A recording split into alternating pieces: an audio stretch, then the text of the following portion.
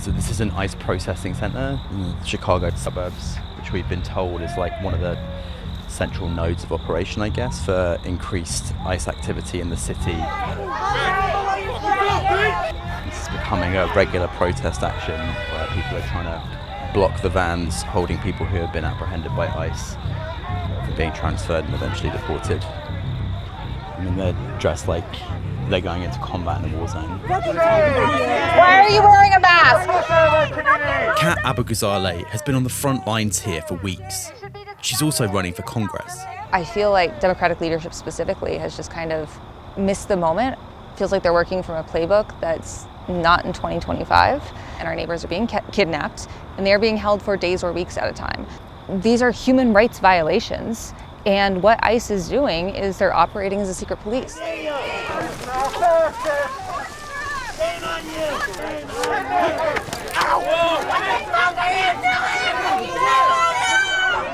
What the f***? Are y'all proud of yourselves? You're so f***ing pathetic. Who the f*** did you take? Just tell me a bit about why you're here. So they detained our father about a week ago now. He had a court hearing on Monday. He was detained right after he was released. We'll be here as many days as we have to be in order to get any information over my dad. And how long has he been in the US for? 30 years. And what does he do for a living? He worked like janitor work, just any side job really, landscaping, anything he could possibly do to help me and my sibling out. Broadview is just one fault line in the Trump administration's sweeping immigration crackdown that has already ensnared hundreds of thousands of people. And now, he's threatening to deploy more military troops into democratic cities. After the murder of Charlie Kirk, Trump is targeting the so-called radical left, a move many fear is really an assault on free speech. This kind of rhetoric is directly responsible for the terrorism that we're seeing in our country today. It must stop right now. So it's obviously escalated in a way that was kind of foreseeable.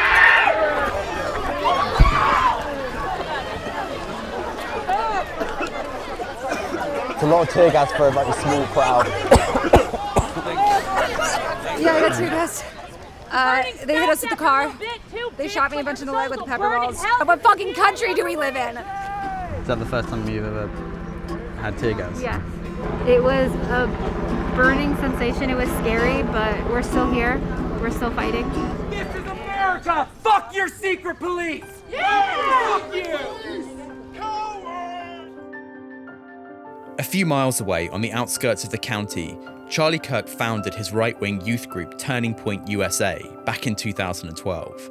Tightly aligned with the MAGA movement, he rose to prominence staging debates on campuses, pushing a hard-right Christian fundamentalist message. You came into our country illegally. We have laws and customs. You came here, you knew you were breaking the law, and you should be sent back to your country of origin.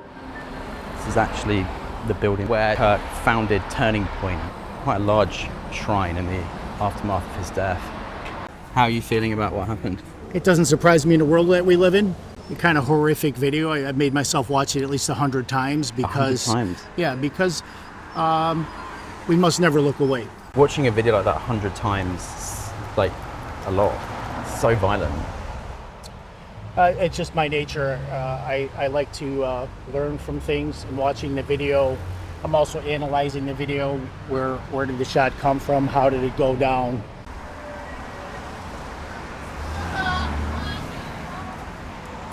We're Christians, so it was even a harder hit because, you know, losing a brother in Christ is pretty hard. I don't know.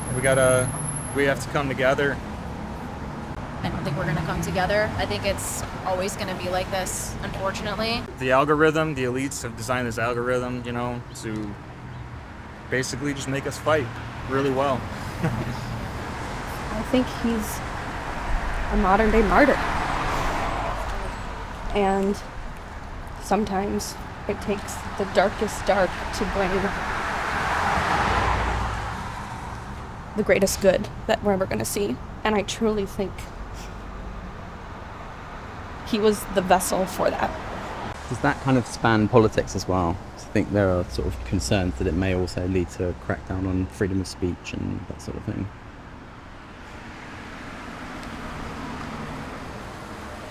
If you think this will lead to a crackdown on freedom of speech, you don't understand.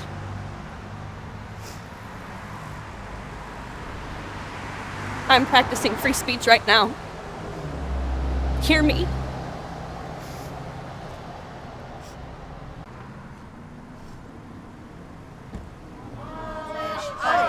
Abolish ICE! At an anti-ICE protest in a leafy suburb, that sorrow over the country's continuing polarisation was also being felt. I have a close member of my household who's on the other side, and a lot of tears have been shed. You mean the other political side? Yeah. And what I know and what he knows are two totally different things. We're in these bubbles. My son thinks that we're trying to kill people. I'm not trying to kill anyone. My son. It's your son. Yeah. So. I would like to invite all of y'all to join us at 1930 Beach Street at the Broadview Ice facility. Kat took me to her campaign office. At the protest the day before, she'd been thrown to the ground by agents. Images that had gone viral. Drowned by an ICE agent. Good work.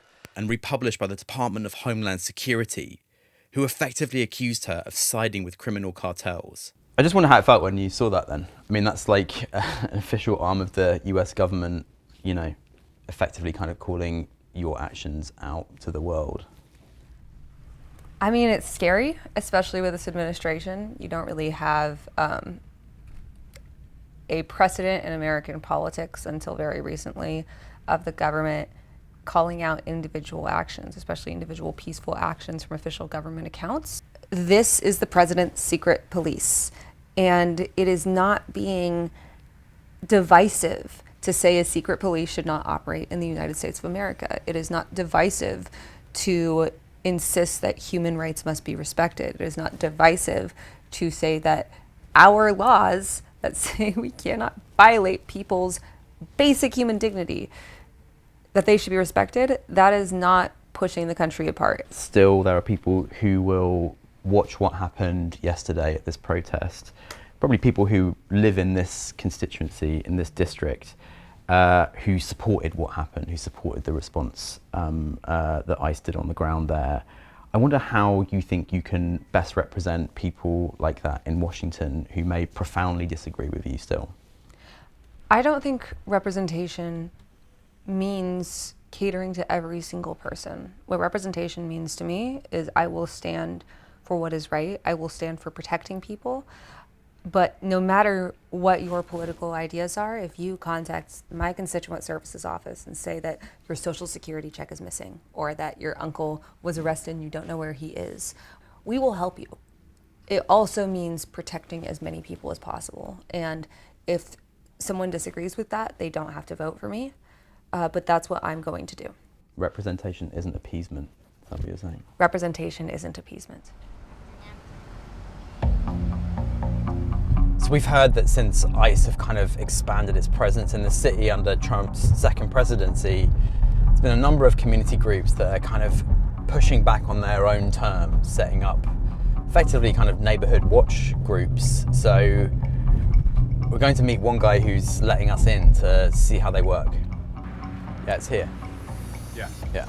Elias Cepeda runs a jiu-jitsu community centre, which also functions as the headquarters for his patrol group. Hi, I'm Oliver. Nice to meet you. Thanks for coming. Appreciate y'all. Thank you so much. Made up of locals from the neighbourhood, they monitor Chicago's streets for ICE officers. We got your info now, brother. We'll call them. His presence at protests has led to him being detained at Broadview. I joined him as he handed out Know Your Rights leaflets in the neighbourhood. How are you guys feeling about what's happening in the city? It's disgusting what they're doing. They're violating everybody's rights. You don't come and pull over people in front of their children and drag them out of the car. That's wrong. So many stories we hear about the... Did you imagine this is what was going to happen with Trump won? Oh yeah. I didn't vote for it. And I'm proud to say that. I won't vote for that. I don't want a felon running the country, bottom line. One of their regular patrols is during school pickup and drop-off. Do you know anybody that's been affected by the immigration stuff? Yes, I work in the concrete industry, and a lot of the guys that do the concrete are actually being affected. They're really scared. According to them, it was to get criminals and offenders, but I mean, they're going after hardworking people. You think people at Home Depot are criminals, or they're doing crime, or the roofers they got in Naperville? You think they're criminals at night, or what? You know, they're people trying to make a better living for their family. Bye, guys. Nice to meet you. Nice to meet you. When you hear people like Stephen Miller say that this is a chance to come after the far left, I mean, do you worry that like activities, even like the ones that you're engaged in, could actually be kind of caught up in some of that? Yeah, certainly. We assume it will be. They will literally try to lob charges of supporting terrorism because it's not just financing. Supporting a quote-unquote terrorist organization could include just rhetoric. They are trying to criminalize speech, and they're trying to criminalize working with and giving resources to, or even rhetorical support to undocumented immigrants. All right, let's hit it. We're about an hour outside of Chicago now in a Republican-leaning county, McHenry County. It's the morning of Charlie Kirk's memorial, and we're going to a local bar that's screening it. And already you can see flags at half-mast. Very different landscape here. It feels more like a Trump rally than, well, what we thought it was going to be, which was a small bar memorial event. It got a crane with a flag. Can you see that?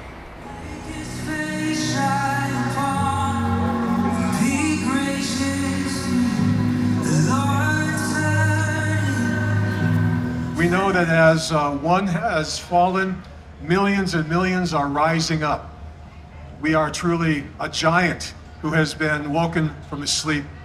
Bless us, bless the church, bless this nation because of Christian people who are making a stand, will not be pushed in the corner, and to gain courage for the battle ahead. Charlie knew that we are in a spiritual war for the heart. About to absolutely bucket it down, I think. And this watch party seems like it's wrapping up well before the memorial is. He did not hate his opponents. He wanted the best for them. That's where I disagreed with Charlie. I hate my opponent, and I don't want the best for them. I'm sorry. I am sorry, Erica. That was supposed to be a speech that was memorializing somebody who was killed in an act of violence, but instead it turned into another political diatribe, quite literally saying you should hate your political opponent. It was just an extraordinarily incendiary thing to say in this time. That's the age we're in. I thought America was the land of opportunities and it was all sunshine and rainbows. What's going on? Does it make any sense now? This isn't the perfect America that everyone thinks it is.